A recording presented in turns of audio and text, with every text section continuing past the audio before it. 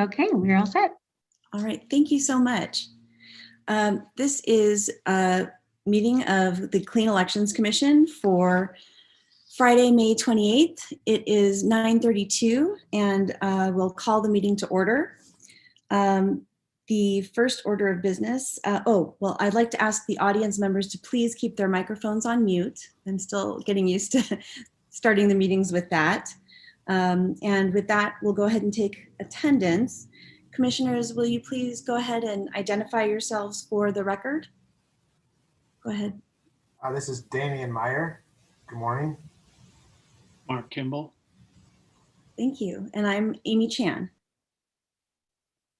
And with that, we can move to item 2, discussion and possible action of commission minutes for April of 2021.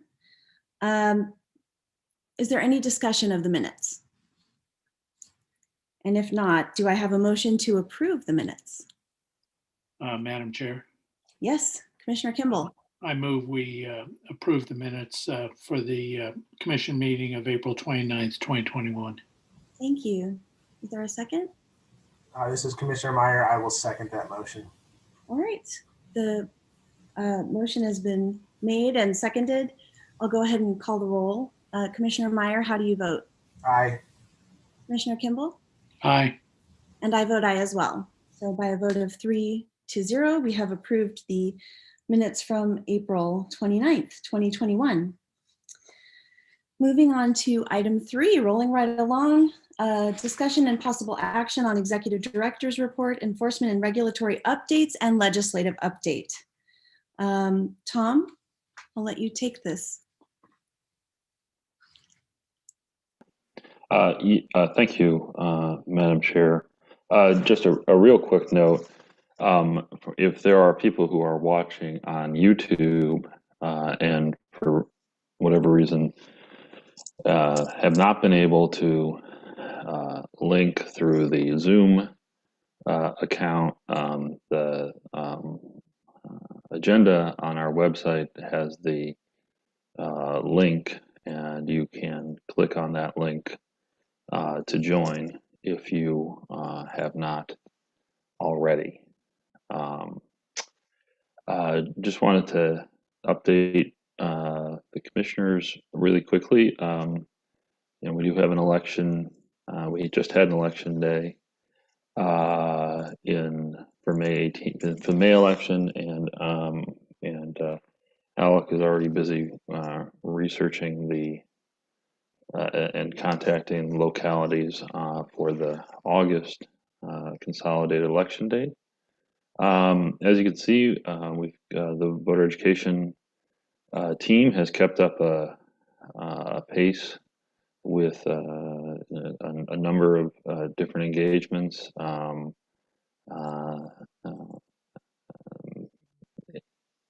Avery has done a number of outreach events and is still we've still been able to connect with folks through online meetings. Gina was interviewed on ABC 15, which is one of the big Phoenix television stations, regarding the audit, and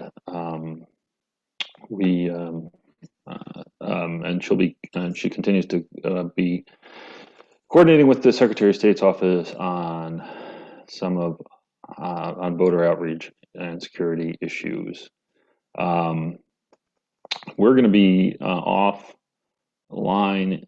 for next weekend, just FYI, because of some electrical maintenance in the building.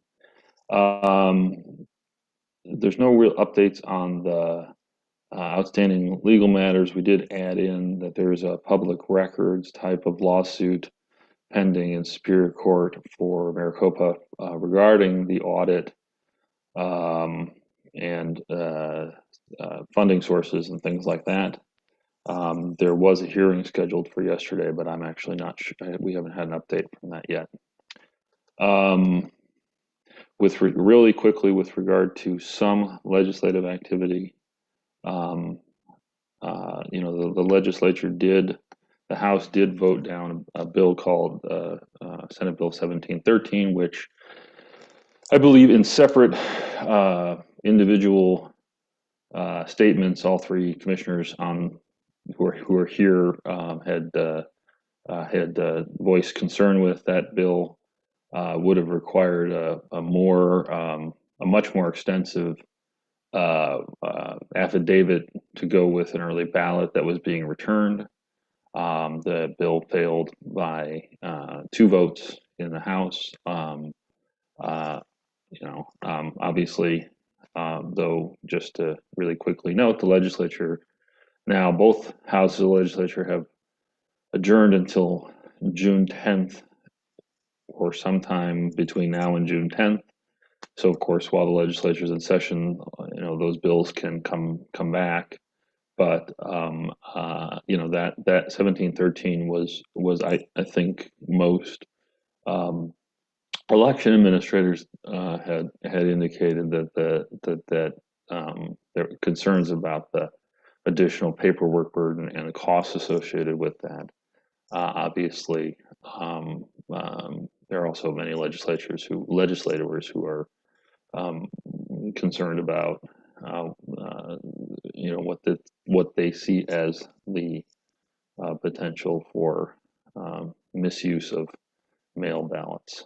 I think, and then I believe there's one other election bill out there that's still of concern to election administrators that Senator Townsend and Representative Kavanaugh have been working on. But that is the majority. I think that's the entirety of the report that I wanted to highlight. Obviously, again, if you've had any issues with Zoom this morning, please try the link on our website, on the agenda on our website, and you should be able to log in as a participant if for some reason you are needing to participate or want to participate beyond watching or sending emails to the commission, which is also obviously a way to make public comment. That's all I have. Thank you. Thank you, Tom. Is there any discussion from the commission members? Madam Chair. Yes, Commissioner Kimball, and then I saw Commissioner Meyer had his hand up as well. Go ahead, Commissioner Kimball. Okay, Tom, just for a point of clarification about one of the bills that's been signed, SB 1485 on the early voter eligibility list, changing the name of it. I'm not quite sure I understand. If a voter fails to vote by early ballot in all regular primary or regular general elections, you no longer get an early ballot. Is that right? So if a voter misses one primary election, that's it? I believe that it is missing all of those things. However, I think if I can put either Gina or Kara, whoever of the three of you is most comfortable being on the spot about 1485,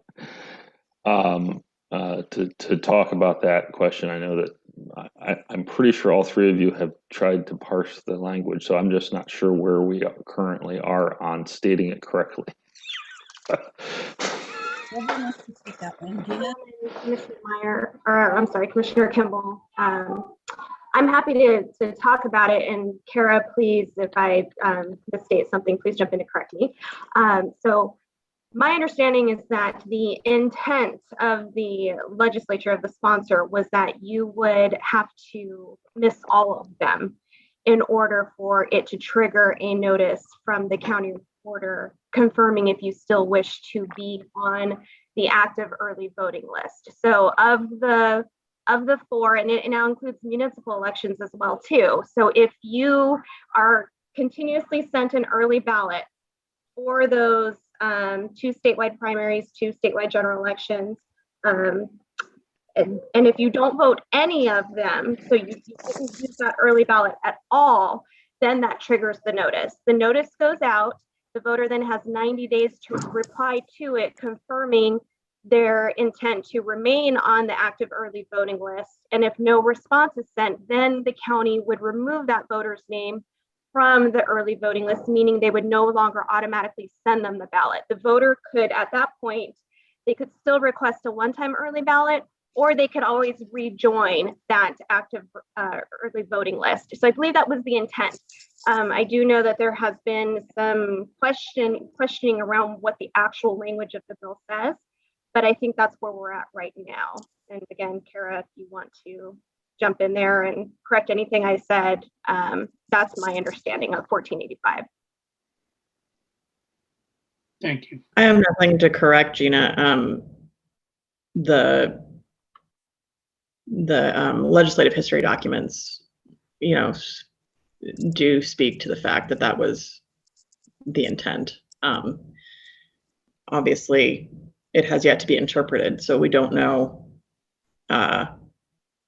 whether a court will defer from that. Okay, thank you. Thank you.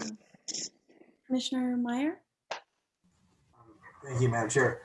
I did not see Gina's interview on ABC 15. Can we get like just a little summary of that? Sure, I would, Gina. Madam Chair, Commissioner Meyer. Obviously, Gina would be better to talk about her interview than me. That's what I assume. Talk about it. Madam Chair, Commissioner Meyer, sure. So ABC 15, Nicole Valdez, she reached out and we had a discussion about. I'm sorry, who spoke out? Nicole Valdez with ABC 15. And so the discussion was really about general thoughts about the audit. And at that point in time, the audit had taken a break due to the high school graduations. And so the interview was conducted Sunday night and it aired Monday morning, the day that the audit resumed. So there were questions basically surrounding the entire audit process, but a lot of my remarks had to do with confidence in the system, considering, the voters looking at the audit, the procedures that have constantly changed compared to what was officially done. So my comments were aimed towards a voter education perspective over what is required from the counties when they do their post-election activities, as opposed to what is being done with the Senate audit. There were also questions regarding Maricopa County had sent a notice to the Senate requesting that all documentation be retained. And so the comments really about that were just, well, that's the same thing that our election officials do. And so whenever this final report regarding the audit is released, that documentation will be important because it will need to be looked at to see how did they arrive to whatever conclusions that they put in the report. I'm happy to send a link to the commission so you could view the interview yourself too. That would be great. Thank you, Gina. Thank you. Yeah, I got to see it, and I thought Gina did an excellent job, and I was thrilled that they reached out to her. That was wonderful. I don't think I have any questions about that, Tom. And if the other commissioners, Commissioner Meyer or Commissioner Kimball, any additional questions? Okay. With that, we can move on to item 4, I believe is where we are. Unless I've confused myself where my paperwork is. No, item 4, discussion and possible action on the following 2020 general election candidate audits. We have Andrea D'Alessandro, State Rep LD2, Justine Wadsack, State Senate LD10. I hope I'm pronouncing everyone's names correctly. Please forgive me. I have not watched the action, so I'm reading everybody's names for the first time. Seth Cifuentes, State Rep LD26. And with that, I believe Mike is going to make comments on these items. Thank you. Thank you, Madam Chair, Commissioners. As you stated, Madam Chair, these are the final 3 audits for the general election cycle. Again, the audits turned out fairly well. There are some small discrepancies that we are working with the candidates to correct. Representative D'Alessandro has submitted some extra information to follow up with her audit. We, meaning myself and our auditors, had this information and have been working with her. As you can see when you read through it, it has to do with a check that she wrote to a person that was handling some aspects of her campaign. That person unfortunately passed away, and the check was then cashed after he passed away. So she is looking at it as a fraud issue. She's been working with Bank of America. It doesn't seem to be going anywhere there. We have spoken to her, myself and the auditors, and she is continuing to try and push the fraud issue and figure out a way to rectify the situation. We're giving her some time to handle that. Once she exhausts all those issues, we'll have her update the campaign account to include that information, and so everything will be squared away at that point. But as I said, these audits turned out fairly well. Nothing major in there, no extreme findings or anything like that. So with that, I would ask that you approve these audits. Thank you, Mike. Commissioners, any questions or comments? If there's any comment from the public on this item, you can signal to speak. Okay. And if not, I would entertain a motion to approve the audits. Madam Chair, this is Commissioner Kimball. Commissioner Kimball? I move we approve the audits of Andrea D'Alessandro, Justine Wadsock, and Seth Cifuentes as presented in the agenda today. Thank you. Can I get a second? Commissioner Meyer, I will second that motion. Thank you. All right. The motion has been seconded. And with that, I will call the roll. Commissioner Meyer, how do you vote? Aye. Commissioner Kimball? Aye. And I vote aye as well. So by a vote of 3-0, we have approved the audits presented on the agenda today. Thank you. Great. Moving on to item 5, discussion and possible action on amendments to R2 20-101 definitions. And so you may remember back when we first published these, the purpose is to bring out the definitions and rules in line with the outcome of the ASAN or AZAN versus state case, which dealt with the cross-reference definitions in the Clean Elections Act. And so we'll start with this item, and it proposes to amend the definitions of the rules, and Tom can give us the details of this. So, Tom? Yes. Madam Chair, Commissioners, first I just want to say again, if anyone wants to participate in this process right now, if you are watching on YouTube and are having any trouble getting into Zoom, please check the link on the agenda on our website, and you should be able to enter the Zoom meeting room without any difficulty. But with respect to this particular item, we back in 2016, the legislature passed a bill changing a number of definitions that are incorporated into the Clean Elections Act. One of those definitions altered the meaning of family member.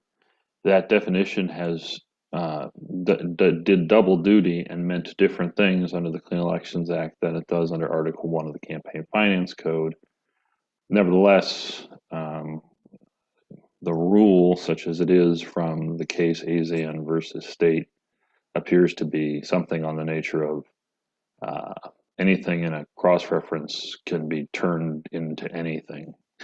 So the result is that clean candidates, participating candidates, will be able to take dollars from fewer people because anyone who is qualified as a family member of a participating candidate would essentially be under a cap that applies to family members. That definition, the definition that's in the clean elections rules, is a narrower definition. It is a definition that preceded the 2016 bill. And so by removing the definition altogether from the rules, a person will obviously know to look to the cross-reference in the campaign finance code to determine the limitations that are on the family members who might make contributions. We received one email comment about this, supporting it and saying that the definition should be consistent. That's all the comment we've received. I don't know if we'll have any else today. Obviously, staff recommends this change because we believe that ultimately this is an issue that's left over from this litigation, and we would just like to have a consistent approach. Our request is that the commission give final approval to this rule. And if you have any questions, obviously, Madam Chair, Commissioners. Thanks, Tom. Is there any discussion or questions on this item from the commissioners? Okay. Madam Chair. Oh, go ahead, Commissioner Meyer. I'll make a motion that we approve the amendment to R2-20-101 consistent with staff recommendations. This is Commissioner Kimball. I second that. Well, that was easy. All right, we've got a motion and a second. I'll go ahead and call the roll. Commissioner Meyer, how do you vote? Aye. Commissioner Kimball? Aye. And I vote aye as well. By a vote of 3-0, we have approved, given final approval to the amendment to R2-20-101. Thank you. And with that, we can move on to the next item, which is the amendment to R2-20-109, independent expenditures. And similar to the previous item, it's to address the same court case. And Tom is going to again speak on the details about it. Tom? Yes, Madam Chair, Commissioners, again, thank you. And thank you for all of your flexibility in moving this meeting so that we could have it after the public comment period closed, but before June, because obviously we'd like to get these rules in place, before August. With respect to this rule, again, if you have any issues with this rule and you are watching on YouTube or otherwise, monitoring this, please go to our website and click the link to log into the Zoom account if you'd like to make live comment about this item. With respect to this rule, the 2016 Act contained in its definitional section a alteration of the definition of political committee. Now, a political committee is basically an organization created for the purpose of influencing an election. The addition to the definition in 2016 said that if a organization of any kind had tax-exempt status under Section 501A of the Internal Revenue Code, that they could not be a political committee under any circumstances, and that was notwithstanding any other law or, in the definition, any rule. The Commission has long had a rule related to, and in fact statutorily has long had authority related to reports from political committees. We have a definition in rule for how one would determine an organization was a political committee. It's a formula, the upshot of which is that you would have to spend more than 50% of your dollars on a state election. The amendment simply adds that if you are qualified under the definition as a 501 organization, that formula and those rules related to political committee status don't apply to you because they because of the supervening statute. The supervening statute, is just to note, was determined to not be supervening by the Court of Appeals. So that is the upshot there. So again, this was an issue that we actively litigated, and obviously the Arizona Advocacy Network and the Democratic legislators also were actually the lead plaintiffs in this matter. But anyways, that's where we are. So the upshot would be that a 501 would not qualify as a political committee, which means they would not have to disclose and do not have to disclose to the state currently their totality of their expenditures and contributions that would be reported on a full political committee report. It's important that 501s know that the so-called trigger reports, the clean elections reports that apply to spending, that is the functional equivalent of express advocacy, that statute remains in place, and it does not have anything to do with whether or not the underlying entity is a political committee for state law purposes. It has to do with whether or not the organization is making an expenditure that influences the result of an election.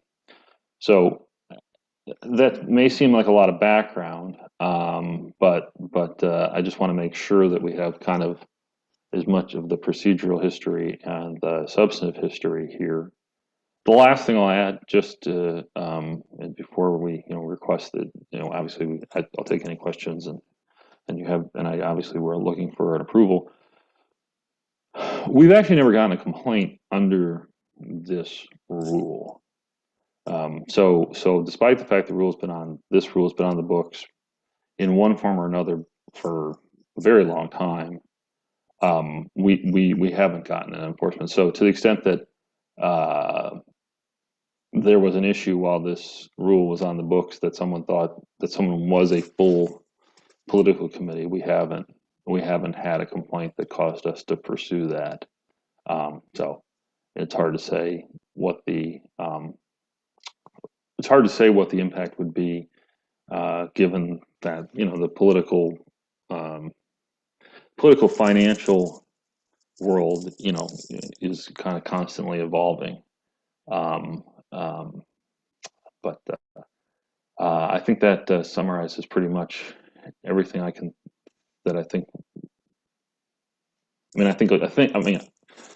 This is an issue. Just bottom line, that you all as commissioners have been dealing with off and on for the entirety of each of your terms, which is the better part of a decade in some cases. So this resolves one of those issues. It doesn't necessarily resolve it the way we would have hoped, but it does resolve it. And so I'd stand for questions, and of course, obviously, we're asking for you to approve this amendment. Thank you. Thank you, Tom. Thanks for that explanation, so that our memories are refreshed, and for the public who's here as well. And the same person who submitted the comment in support of the last rule also submitted in support of this rule as well. That's correct. Thank you. Yes. And I didn't see any public comment additional to that for the last rule. I don't know if any public is here or the commissioners have any comments on this before we try to move forward. Commissioner Kimball or Commissioner Meyer? Okay. I don't see any public indicating they wish to speak? And if not, we can go ahead and I would entertain a motion to approve the amendment to the rule R2 2109. Madam Chair, Commissioner Kimball? I move that we approve the amendment to R2-20-109 independent expenditures as outlined in our agenda item. Thank you, Commissioner Kimball. I will second that motion. Thank you, Commissioner Meyer. All right, we have a motion and a second. I'll go ahead and call the roll. Commissioner Meyer, Aye. Commissioner Kimball, Aye. and I vote aye as well. We have 3 votes by a vote of 3-0. We have approved the amendment, given final approval to the amendment to R2-20-109. Thank you. Thank you, Commissioners. And I believe the next item we're going to skip, maybe next month, huh, Tom? Yeah, Okay. I'm sure it'll be next month. Okay. So moving on to item 8, discussion and possible action on legal issues with election, budget, and procedural bills, including House Bill 2110 and House Bill 2891, looks like. And we may choose to go into executive session, but I'm not sure whether we will need to. We'll go ahead and so we discussed last month, the governor did sign 2110. We did raise objections to the bill with the legislature based on the Voter Protection Act and other constitutional issues. Our concern with it is its effect on the legal footing of the surcharge voters created and appropriated in the Clean Elections Act. So Joe Roth is here today. He's a partner with Osborne Maladon. And first we're gonna turn to Tom for a little more background, and then we can turn it over to the commissioners for questions. And then if we do have legal questions, then I would entertain a motion to go into executive session. So Tom? Yes, thank you, Madam Chair, Commissioners. So at the last meeting, as Chairwoman Shan said, we did an informal public discussion about this to try to get a sense of the Commission's views on whether or not we should look further into this. We have started that process. Joe is here and can talk a little bit about the contours of that. There are some timing changes that have changed literally since we posted the meeting. Specifically, that has to do with as I mentioned in the earlier part of the agenda on the executive director's report. The legislature is now, taking a break to work on the budget. So that obviously pushes the session out, which pushes the effective date of just as a background matter to refresh everybody's memory. Most legislation is effective 90 days after the legislative session closes. So that time is, we now know will be pushed out farther than we would have anticipated, probably on Monday.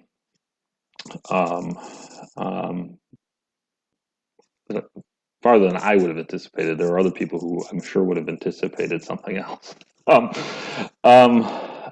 Anyway,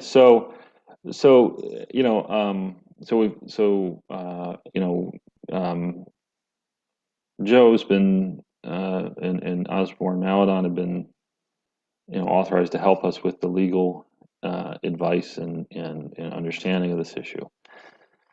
So I guess my question is, commissioners, I mean, the one question really is like, I mean, there are 3 of you here. Were we to go into executive session, obviously we could have we're prepared to discuss some of the aspects of this bill.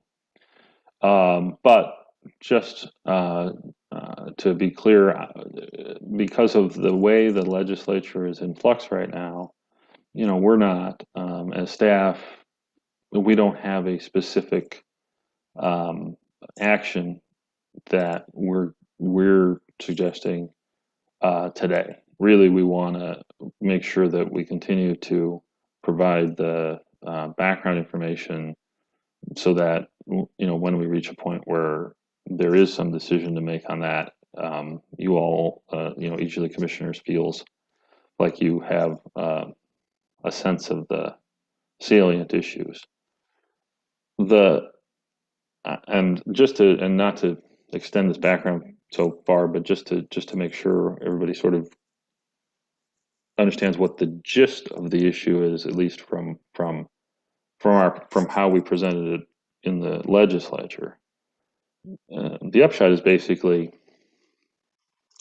Clean Elections Act sets up a surcharge on civil and criminal fines and fees of 10%.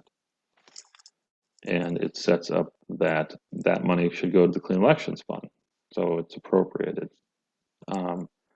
The bill that passed does some other stuff too. It's not exclusively about it's first of all, it's not exclusively about clean elections, and it's not even exclusively about the surcharge. There's some other aspects of it that have to do with juvenile fines and fees that But the bottom line is that the provision that talks about the surcharges that we are included in notwithstands the Clean Elections Act, and so our concern is what is that and allows a judge to sentence a civil traffic defendant to what is called community restitution at a rate of $12 per hour to the state. As we said to the governor's attorneys in requesting that the governor consider a veto on this, and I wish I could take credit for this line, but I can't. Even if you believe there's efficacy and in this kind of mitigation effort, it's not money. And so what we told the commission and we told the legislature is it's therefore either a mandatory superseding or diverting, because those are not the same thing. So that's where we are on this. If you all would like, Joe is here. Joe has made himself available. I really appreciate that. And so if you want to get into some of the legal issues, you're welcome to do that. Now is a good time to do that. But that's I know that's quite a bit of background, but I just want to make sure that that we're all have a common set of facts that are part of the public record. Do we need to discuss the other bill as well? Would Joe be advising us on that as well? Do we need to Madam Chair, Commissioners, Joe is authorized to do that. I will say, however, that bill, and since it's one agenda item, obviously, that bill, things are even more. Again, since we created the agenda, things have gotten. I mean, that bill is wrapped up with the budget. It's part of the budget procedures. We know that the Senate rules attorneys have suggested to the Senate that the aspects of that bill that, regardless of their intent, by their language, implicate the Commission's authority under the Clean Elections Act to defend the Clean Elections Act are legitimate constitutional issues that the rules attorneys are recommending be addressed. Now, that having been said, because the budget is now in a state of flux, it's a little harder to we basically in the last 24 hours since about 2 o'clock yesterday, when the Senate decided that they would, also go on break, so to speak. We just really don't know what's going to happen with that. Just a quick question then. So that just to familiarize the commissioners in case they're not aware, I'm not sure I don't think the budget had been out last month, correct? Because it just came out this week. Do you want to go over the key provisions that impact us in that bill? Sure. Or however long it takes? Yeah, no, I will do it quickly, even. Madam Chair, Commissioners. So on Monday, the House and later the Senate dropped the budget bills. There's always what's called the budget procedures, which basically is the law governing the budget. In that bill, there were some, I would just say substantive procedures that don't have a lot to do with budgeting. And two of them directly implicate the commission. The first one is Section 15 of what was introduced as House Bill 2891. That takes some language in the Arizona Administrative Procedures Act that allows anyone to petition the Governor's Regulatory Review Council for review of a rule or practice of a state agency. The bill would loosen that so that no longer would there be a petition required. Essentially what it says is that if 4 GERC members decide they would like to reach out and grab a rule or alleged rule or policy of an agency or board or commission, they can do that. Now, it's a general statutory proposal in the sense that it would apply to all agencies that have reporting requirements with the Governor's Regulatory Review Council. However, the Commission's operation with respect to GERC under the what's called Prop 306 from 2018 was passed by voters. So it has been our view, and it has been the view of some attorneys, including legislative attorneys, in similar contexts, that regardless of whether or not you agree on whether or not it furthers the purpose of Prop 306 to have GERC have more authority over clean elections, it's a change. It's an amendment. Were this to pass on day one, there would be a public petition process that we would be aware of if someone was trying to get GERC to look at a specific issue. On day 2, the GERC counselors could, as I read the bill, simply notify their chair that there is an issue, and then we would get a letter, I guess, from the chair saying, you're under review for this. That is a change in law. And so what we've told the legislature is we believe that would, and we told the governor's office as well, that we believe that would, that applying it to the Clean Elections Commission requires a 3/4 vote because it's an amendment. Second, and perhaps certainly more broadly publicly recognized issue, there is a set of session laws proposed in 2891 that state basically that the Attorney General's office is to be essentially the election lawyer for the state. It's pretty clear, and certainly it's been reported, that the purpose of this bill, because it has some other provisions that pile on top of this, is to affect the Secretary of State's role in several different issues. That having been said, this particular provision was written quite broadly, and it says that notwithstanding any law, essentially, the Attorney General controls the defense of election laws, regardless of whether or not another state officer or anybody else intervenes. There are a couple of different ways in which this kind of expansion of the Attorney General's role would implicate the Voter Protection Act as to the Clean Elections commission, but the most obvious and salient and easy one is that we have authority to intervene to defend the Clean Elections Act. And so if the reasoning goes, the Clean Elections Act is an election law, the Clean Elections Commission currently has the authority to intervene to defend the Clean Elections Act from a challenge. This new law says that the Attorney General decides how to intervene to protect an elections law. Therefore, there is a change. On day one, the Clean Elections Commission has the authority to defend the Clean Elections Act.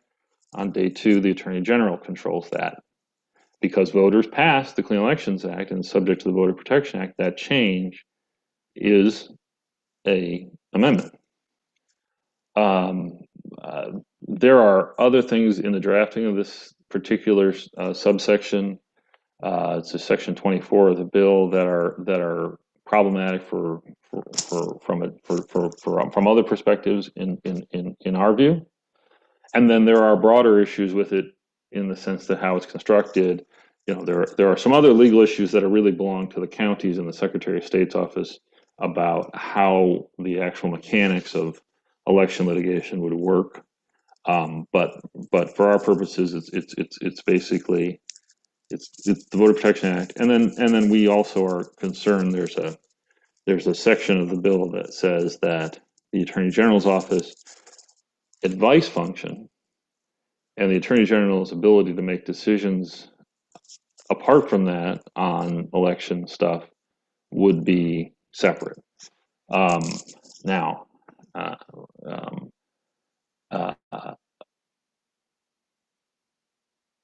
and that's a change too, not a BPA related change per se, but because there are Arizona Supreme Court rules that govern that relationship, and this would supersede those, there is a potential for a separation of powers issue. So those are the issues that we've raised with the legislature. We've raised, as applied, expanding GERC's power to the commission is a change in law that applies to the commission. That allowing the Attorney General's office to supersede the commission's authority to defend the Clean Elections Act is a Voter Protection Act issue. And there are other provisions of the Clean Elections Act that could be contravened by that. And then finally, that by altering the nature of the relationship between the Attorney General's office and some of its client agencies, potentially including us, there's a potential separation of powers issue. So that's the status of where we are at this point, Madam Chair. Thank you.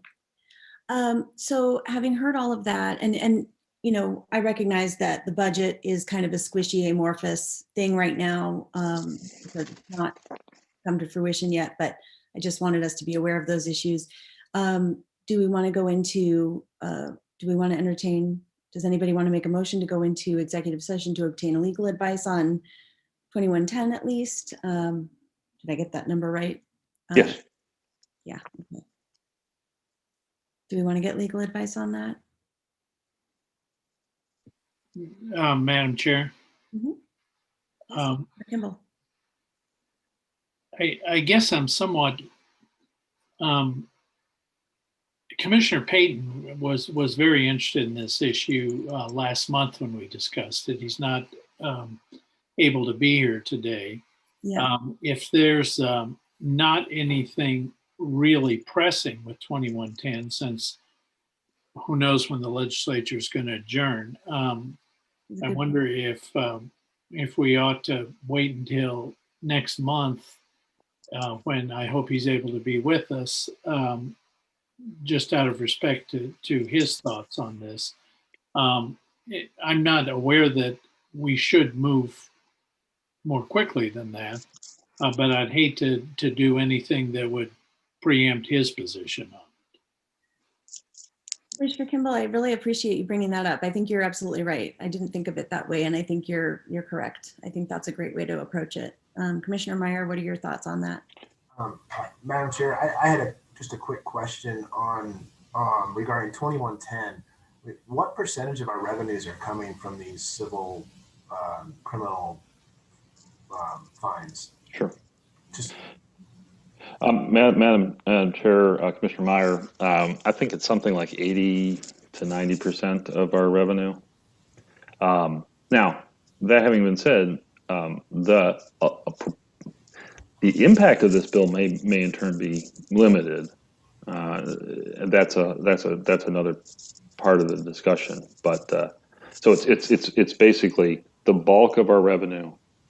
The impact may turn out to be less than, I mean, let me put it this way: the Joint Legislative Budget Committee reported based on what the administrative offices of the court had said that they thought the impact would be minimal on the actual revenue into the fund. That's what we know now, as far as that goes. Madam Chair? Yeah, go ahead. As far as my position, I don't know that we need legal advice, but I do want to say I think we need to be very careful and make sure that we protect the commission's authority that we have under the VPA. And I don't think it's any secret to anyone here that, democracy and voting rights are literally under attack right now. And we do not want to, we need to make sure that we do what we need to do to protect those rights. And, one of our mission is, to maintain the integrity of our election system. So I am of the mind that we need to do what we need to do to protect the VPA. And if there's changes being made that don't meet the 3/4 requirement, we need to look at that. And I don't know how the timing works then. I certainly respect my other commissioner's position. I know Commissioner Kimball said he would like to hear from Commissioner Payton on this. But if time is of the essence, I would like to know that.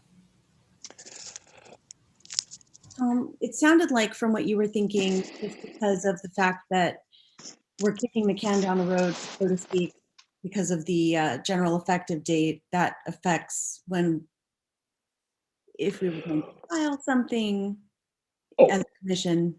Yeah, right. So, Madam Chair, Commissioner Meyer, and to make use of Joe's time, I would say this: I believe that we don't need to make any decisions during this meeting. Had the legislative matters developed in a different way, we might have been able to skip this altogether as an agenda item. It's just not how it worked out. But subject to some correction, I don't think we need to do that today. If we did, we would definitely tell you. So obviously Joe has a role in that determination in terms of his analysis timing.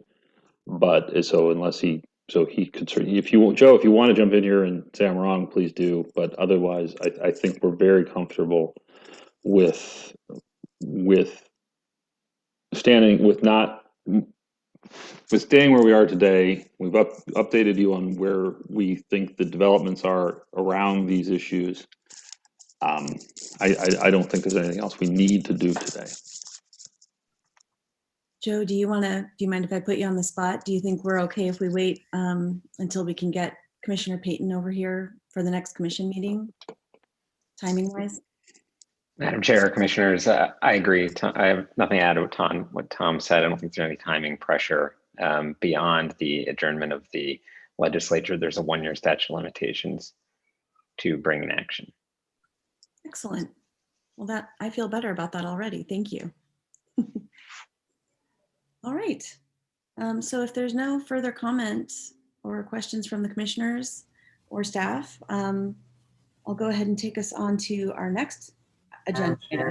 Madam Chair, I apologize for interrupting. Quick question. On the 1-year statute of limitations, is this not something that we would need to enjoin before it happens? I mean, once the law is passed, isn't it a little late to then file suit?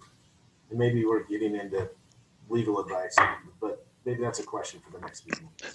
Well, Madam Chair, Commissioner Meyer, if I may, from a non-legal, as not your lawyer, my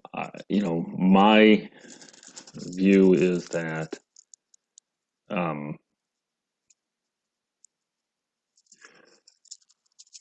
if we needed to file something around the time of the effective date, we would still have time to do that. But I don't think we're at the point where we would be able to tell you precisely what that would even look like, because there are some, there are some factual issues that I will probably have to, staff have to have some more information about, that we would feed back through the legal process, as far as that goes.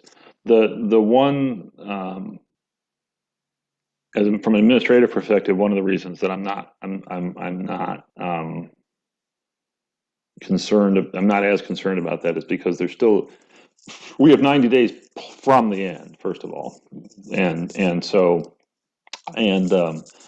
when we've had to do this before, again, I'm not saying we will, and I'm not even saying we should, and I'm not even saying that I have the information to say we just have a feeling about whether or not we can.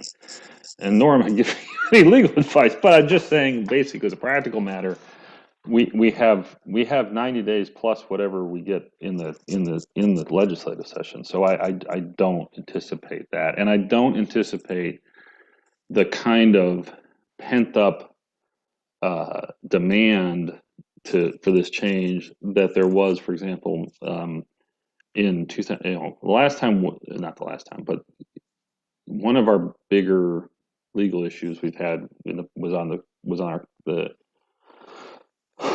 the campaign finance limits that apply.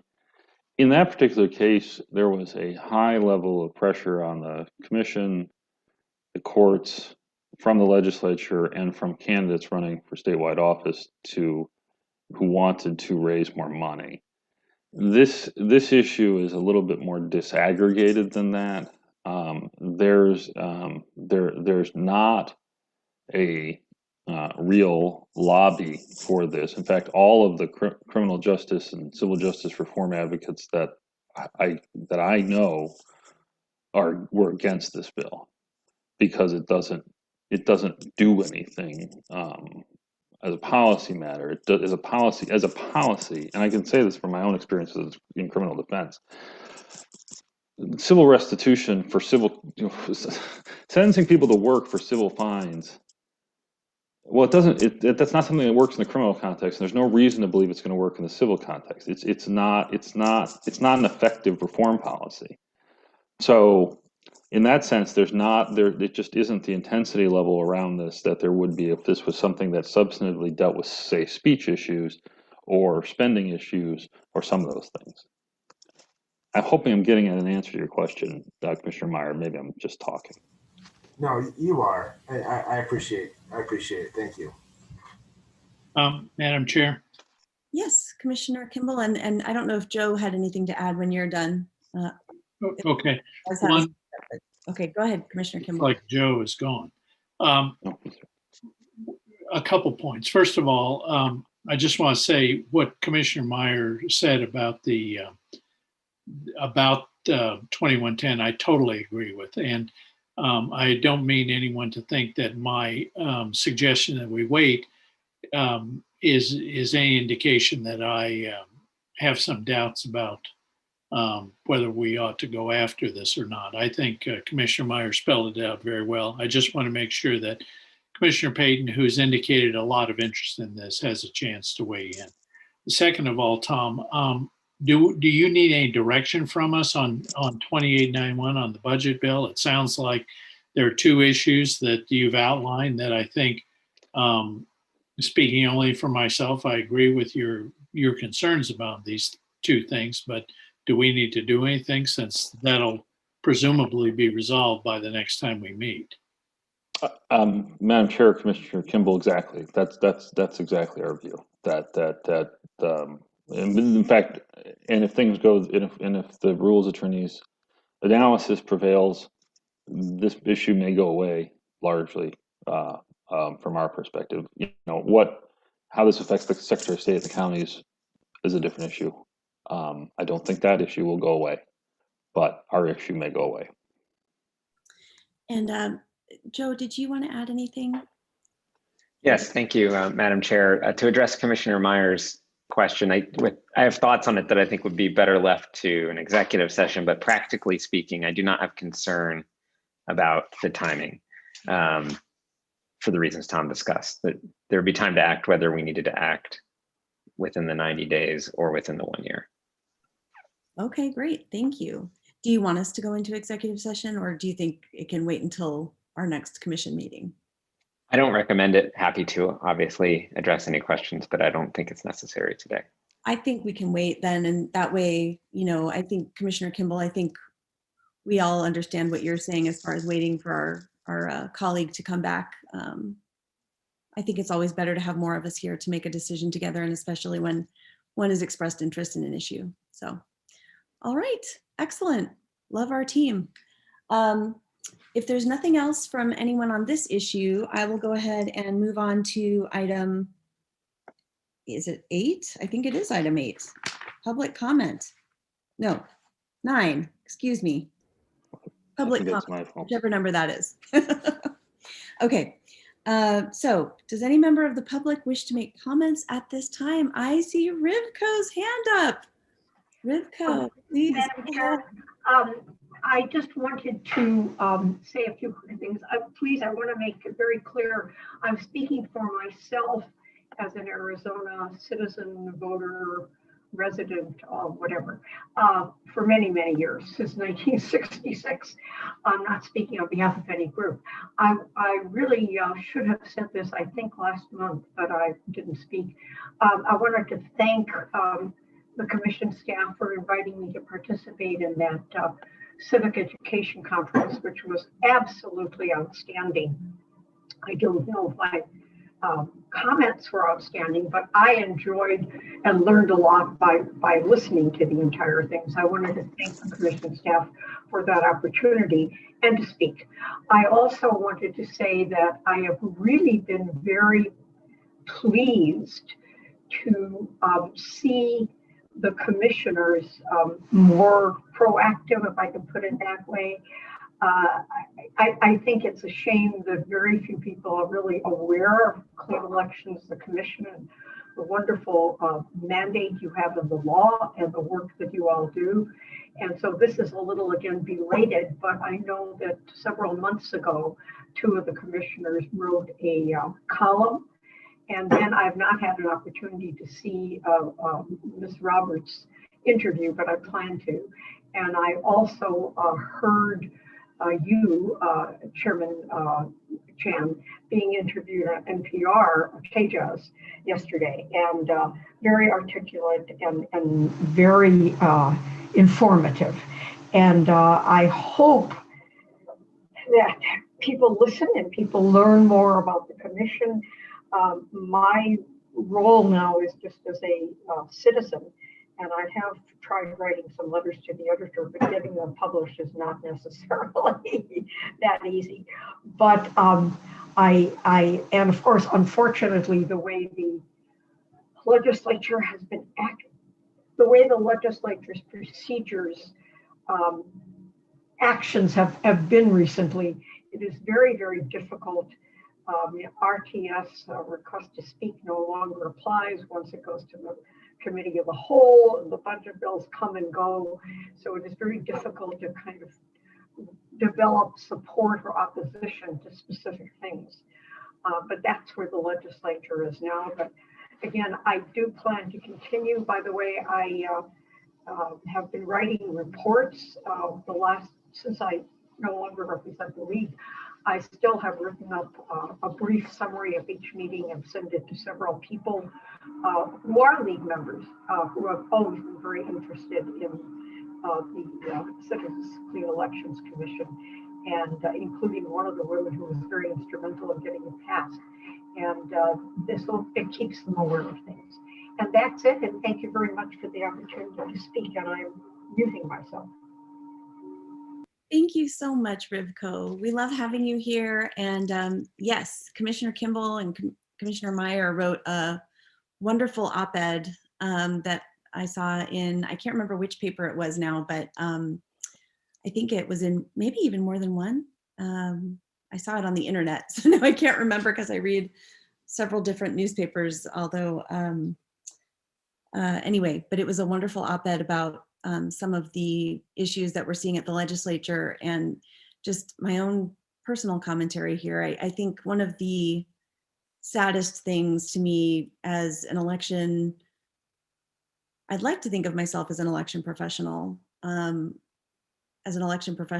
is that promoting voting participation seems to have become political, and that is very sad to me. So, but I think the one thing that I really admire about my fellow commissioners is that I think we all really feel passionate about our mission here as far as promoting participation in government and voter participation. And so I do think that we're not shying away from that, even though it seems to have become a little bit of a hot potato in recent years. So I want to give props to my fellow commissioners for not shying away from that part of our mission.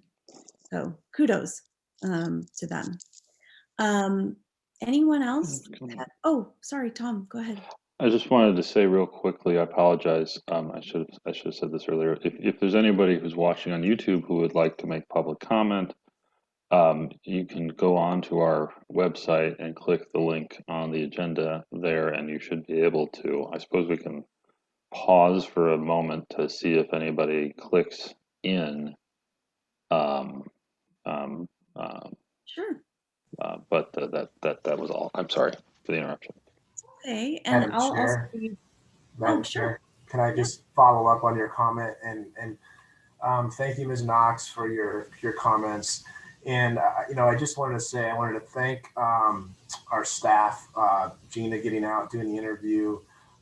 Thank Commissioner Kimball, Commissioner Chan for their appearances. And I just want to say I want to support and commend and thank Maricopa County Supervisor Bill Gates and Maricopa County Recorder Stephen Richer on their statements, Republicans on their statements that they have made regarding the audit that is currently ongoing by our Senate. And I truly support the courage and what they've done, and I thank them. Thank you. I echo those sentiments. And I'd like to add, there have been a lot of people who have spoken out against the audit. And I know I've seen some people say, Republicans shouldn't get special kudos for coming out against the audit. But I think what we've seen again is that, unfortunately, it's become again a little bit of a political football. And I think it's probably hard to buck your own party when it does seem to become a little bit partisan like that. So I stand with Maricopa County for sure on this one. And I applaud them as well, and all the Maricopa County supervisors. And Madam Chair, let me just say I agree with you and agree with what Commissioner Meyer said. Very well said. Thank you. Thank you. Let me add, because I think I left it out regarding public comment, for anyone who would like to send comments, they can do that to the Commission by mail or by email at ccec@azcleanelections.gov. And, Commissioner Meyer, you also gave a shout out to our staff, and I think I didn't do that this meeting, and I feel like I don't mean to take them for granted. You guys do such an amazing job, and the fact that you guys have been really, Commissioner Kimball, you mentioned, do we need to give direction to staff? And I've seen the work that they've been doing on this budget this week, just because I've been in communication with Tom on it a little bit. And so I know we don't need to give them direction in that regard. And it's been an incredible experience actually this year being chairman, just seeing what we do on a more regular basis. So I'm having, it's been a wonderful experience being on the commission and seeing what you guys do, but being chairman has been a different experience as well, just seeing a little more. So, and I got to attend a staff meeting, which was wonderful. So anyway, I really appreciate our staff. You guys are amazing, and